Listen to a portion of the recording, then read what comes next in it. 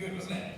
Yeah. Really good. That's half an hour. Imagine what you get out of a full 4 days worth of boot camp with John. It is business changing. I can't recommend it enough. I'll be around the rest of the day, have a chat with him, talk to him about his monthly training session and his boot camp because it is so worth it. Okay, on to our penultimate speaker of the day is Alice Watson-Smith from Fine and Country in Cannes. Now, Alice is here with her family. Alice is over there. Guy, Vicky and Chris are over here, her family as well. Now, they run an extraordinary business, extraordinarily good business in Fine and Country Cannes, in one of the most extraordinary places in the world, and they are flying the flag for you in one of the most extraordinary places in the world, absolutely amazingly. But over and above this, they have an extraordinary story to tell from how they came to being here in the first place and being part of this network. It's really important for us here today that we keep to the forefront of our mind that we are an international brand, and we have an international speaker each time we come together, and we're really fortunate that Alice is here today to tell us her story. So would you please give a very, very warm welcome to Alice Watson-Smith.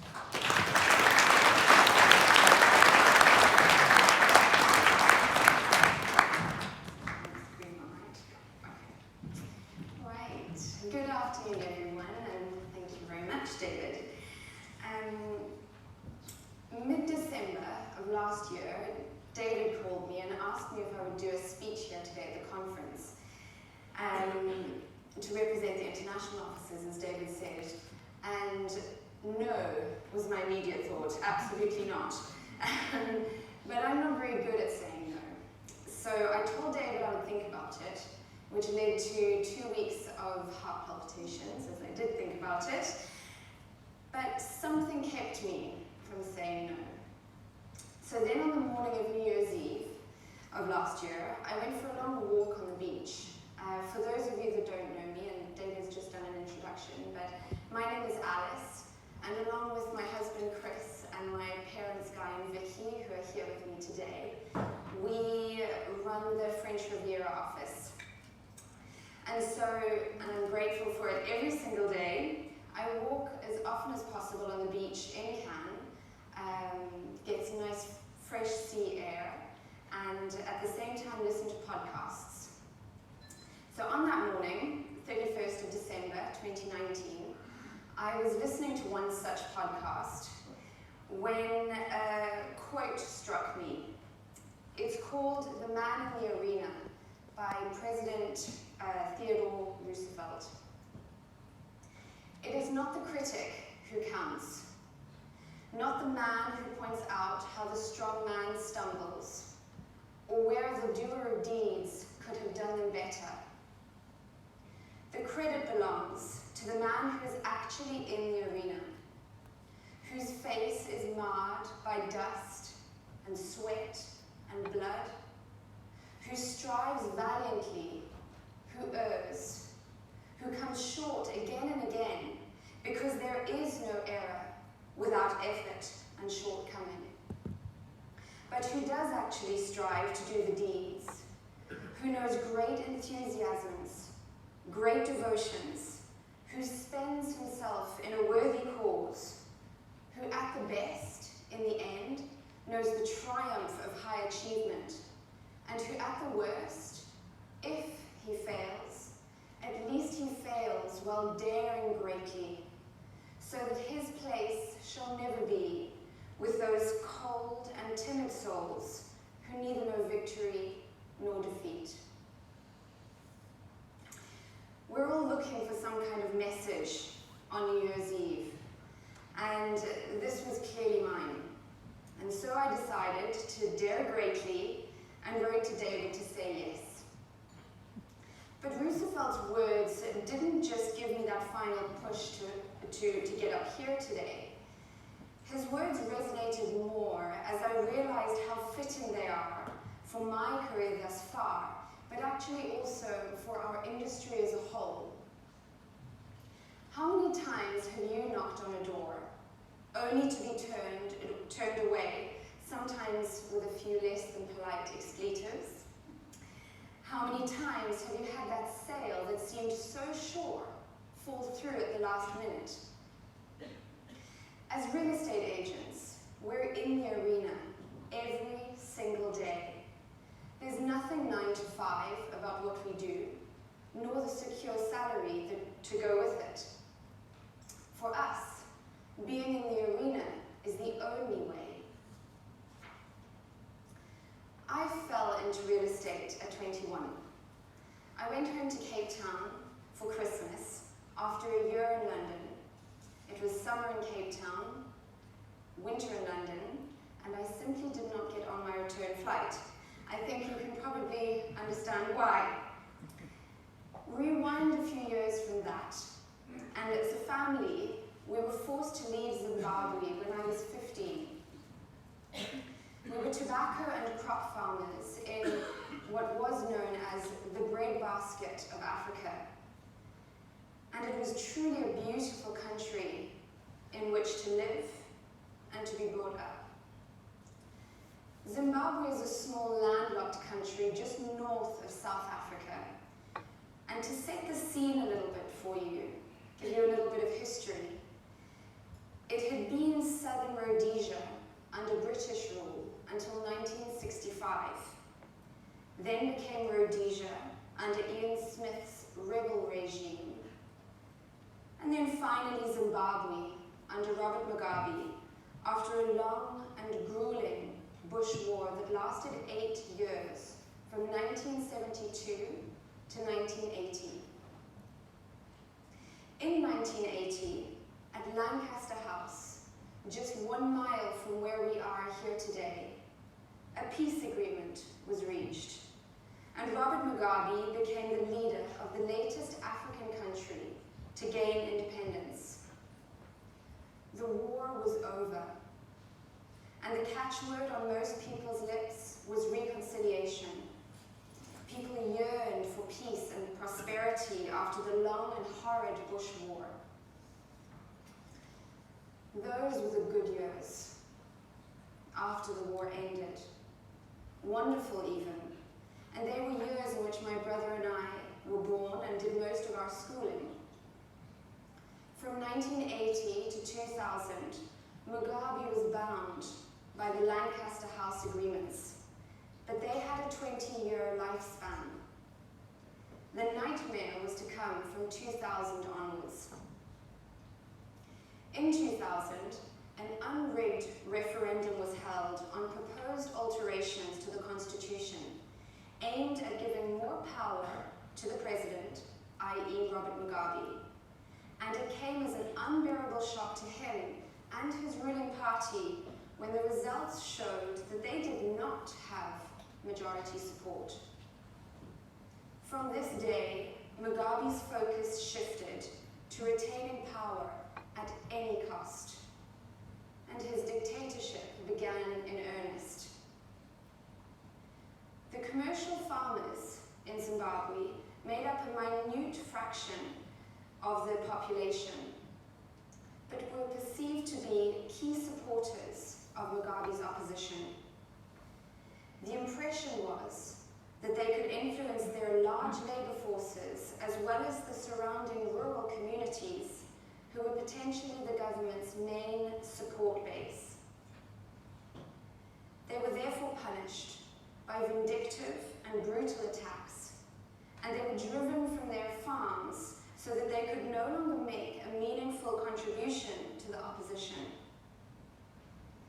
These attacks were disguised under such emotive terms as agricultural reform and land redistribution to the landless, terms which were dishonest but earned the support of many naive observers, and Mugabe was therefore largely able to get away with it, and thus retain power by brute force. Burn down your cities and leave our farms, and your cities will spring up again as if by magic. But destroy our farms, and the grass will grow in the streets of every city in the land. A quote by William Bryan in 1896. I'll read it for you again. Burn down your cities and leave our farms, and your cities will spring up again as if by magic. But destroy our farms, and the grass will grow in the streets of every city in the land. prophetic words. According to the Human Rights Forum, more than 10,000 Zimbabwean farm workers are believed to have died after the farms they worked on were seized. These deaths were a consequence of loss of employment, housing, nutrition, and access to health care, all of which they had on the farms. They were left homeless and unemployed. And the farm owners, the farmers themselves, apart from the abuse, violent attacks, and cold-blooded murders, farmers in one sweep lost their homes, their land, their crops, their animals, their equipment.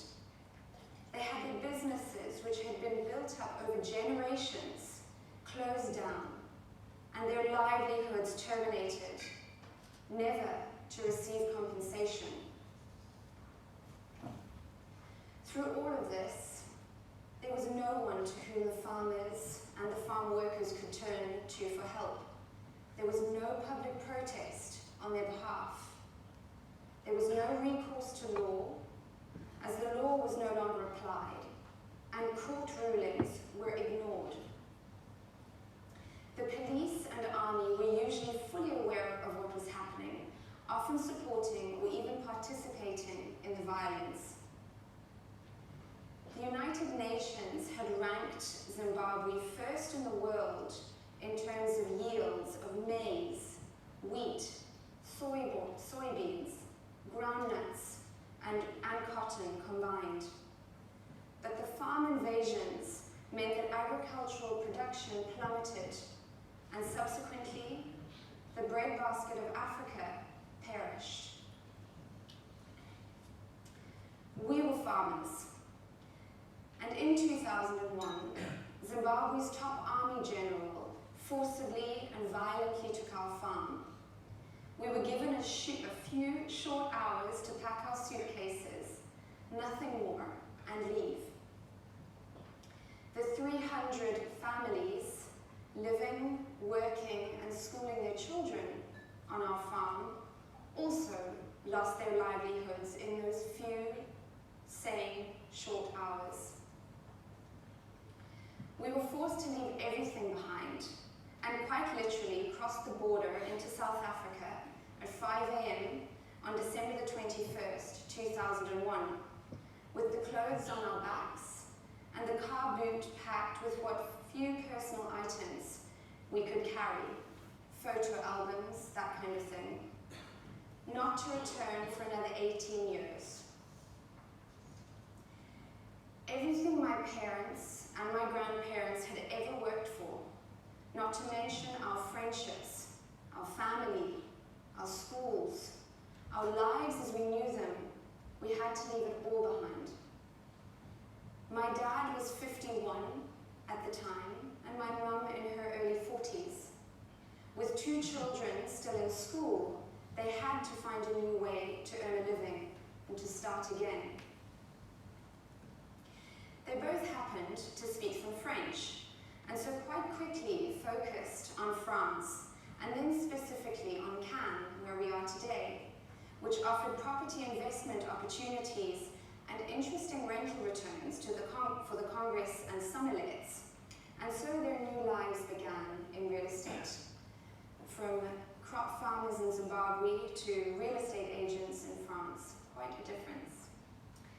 They started investing in small properties on behalf of other Zimbabweans who had managed to get any savings outside of the country. They would spend most of the year in France, but come back to South Africa regularly, as that's where my brother and I were now in boarding school. In Cannes, they took care of renovations, management, and rentals for their Zimbabwean investors. They threw themselves into it. And while bitterness, fear, devastation, and self-pity could so easily have set in, they chose quite the opposite. They worked tirelessly, and they devoted themselves to this new path in property and slowly built a new life for themselves and for us in a foreign land, speaking a foreign language. They were well and truly in the arena, fighting for us as a family to have a new life. So back in Cape Town, sunny Cape Town, at 21, I didn't know what I wanted to do, and my dad suggested I give real estate a go. How hard can it be? I thought. It was indeed harder than I thought. You've all started out in real estate, and most of you will know that it doesn't come easy. Those who think real estate is quick, easy money, for which it has quite the reputation, in reality don't stay long in the industry. I didn't know this at the time, and after 2 years of hard work and dedication, with barely a sale worth mentioning, I broke down one day at home with my brother. I felt I had worked for 2 years and had nothing to show for it. My brother surprised me. He insisted that I stay the course, and that I couldn't give up. I had spent too much time knocking on doors, too much time in the arena. How right he was. The next month, I completed on 9 sales and became one of the top-selling agents for the company for the year to come. And then I met Chris, and a bit like my quick decision to stay in Cape Town, this time I made a quick decision to move to Italy, where Chris was living. But in reality, my parents were in Cannes, and France provided a more stable professional future for us. And so the idea of fine&country was born, thanks to Linda Erasmus, who is here today, who my parents had met previously, as she runs the fine&country operation in South Africa. And it was Linda who insisted that we speak to Malcolm, David's father, which we did. How hard can it be, I thought. Again, I should have learned my lesson the first time. Neither Chris nor I had any business experience in France. Chris didn't speak any French, and I had little more than a smattering. We had no network, and my 3 years of real estate experience in South Africa didn't end up giving me much support. I would soon realize just how different the real estate market in South Africa is compared to in France. It's true that my parents had some experience in France for the previous 10 years or so, but they had been working on behalf of investors, similar to buyer's agents, and on an independent basis, i.e. not the traditional sense of a state agency. So running a real estate agency would be new for them too. So on January the 1st, 2013, we opened fine&country in Cannes, in one of the most populated cities in the world for luxury real estate agencies. We started with not a single mandate, and in our first year we made 2 sales, one of which was to a friend. So I'm not sure if that counts. Chris, my mum, my dad and I, we were in the arena, big time, with the likes of Muhammad Ali. We were bruised, bloody, and battered after that first year. But there was no question. We had to keep on going. We're now in our 8th year in Cannes, covering the French Riviera and Provence. We have 160 odd mandates, and now even turn mandates away. We have a great team of agents, some of whom are with us here today. But we're still fighting to grow, to hit our targets, to expand our marketing, and above all, to grow the fine&country brand for all of our benefit. We have our triumphs and our tragedies. If there's one lesson from the 11 years I've now been doing real estate, it's that the highs are high and the lows are low. But with each year that passes, the highs get higher and the lows don't seem to get quite so low, if you keep on fighting, if you're in the arena. We have to sing our own praises, tell our clients and anyone who will listen, because they might be a client one day too, about the fantastic new listing we just signed, or the record-hitting deal that we've just completed on. We can't exactly go into a listing appointment and tell the seller about a sale that just fell through, or a listing we lost the day before. We don't speak about our vulnerabilities. It's the nature of the business. And that's okay, because if we did, it's likely we wouldn't get any new listings. But in reality, each one of us here knows that real estate takes hard work. It takes courage. It takes commitment and sheer determination every single day, all with a good helping of time. And it also takes teamwork. So while I'm here from France today, you'll find fellow fine and country family here today too, from South Africa, Portugal, Spain, Germany, Hungary, Mauritius, Cyprus, Jersey, Australia, not to mention, of course, the UK. How about we all get in the arena together? How about we all fight for our brand? Let's dare greatly together to grow our brand internationally. Let's work together to show the other luxury brands out there that we're the ones to watch, that we're an international brand working as one global team, not 300 individual offices. Fine and Country is right up there nationally in the UK, in the top 3 to 4 luxury brands. But there's work to do internationally. So let's strive together. Let's all dare to refer clients to each other and make the referral commissions. But more importantly, show our Fine and Country clients the commitment and dedication they get from Fine and Country, no matter where they're buying or selling in the world. Let's work as a global team, because at the end of the day, individually, we're just real estate agents, unless we decide to dare greatly together from the same arena. None of us can do it alone, but we can compete with the best international luxury real estate brands out there if we decide to do it together. And then, if we were to ask my brother, he would predict triumph with certainty.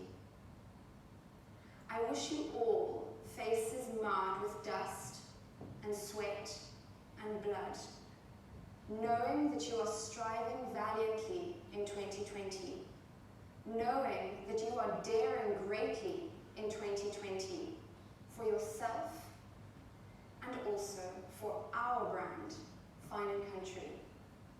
Thank you.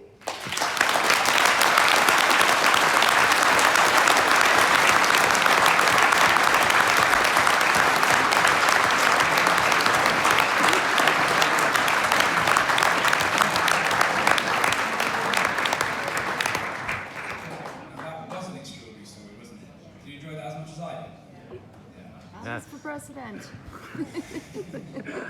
Thank you so much, Alice. You're extraordinary as well. Thank you so much for sharing that story with us, and thank you for being here as well. Honestly, the Watson Smiths are the nicest people you could hope to do business with. They really are. Okay, guys, thank you ever so much. So what we're going to do is take our last coffee break of the day, and then we are back with our keynote speaker, Sebastian Coe, at 3:45.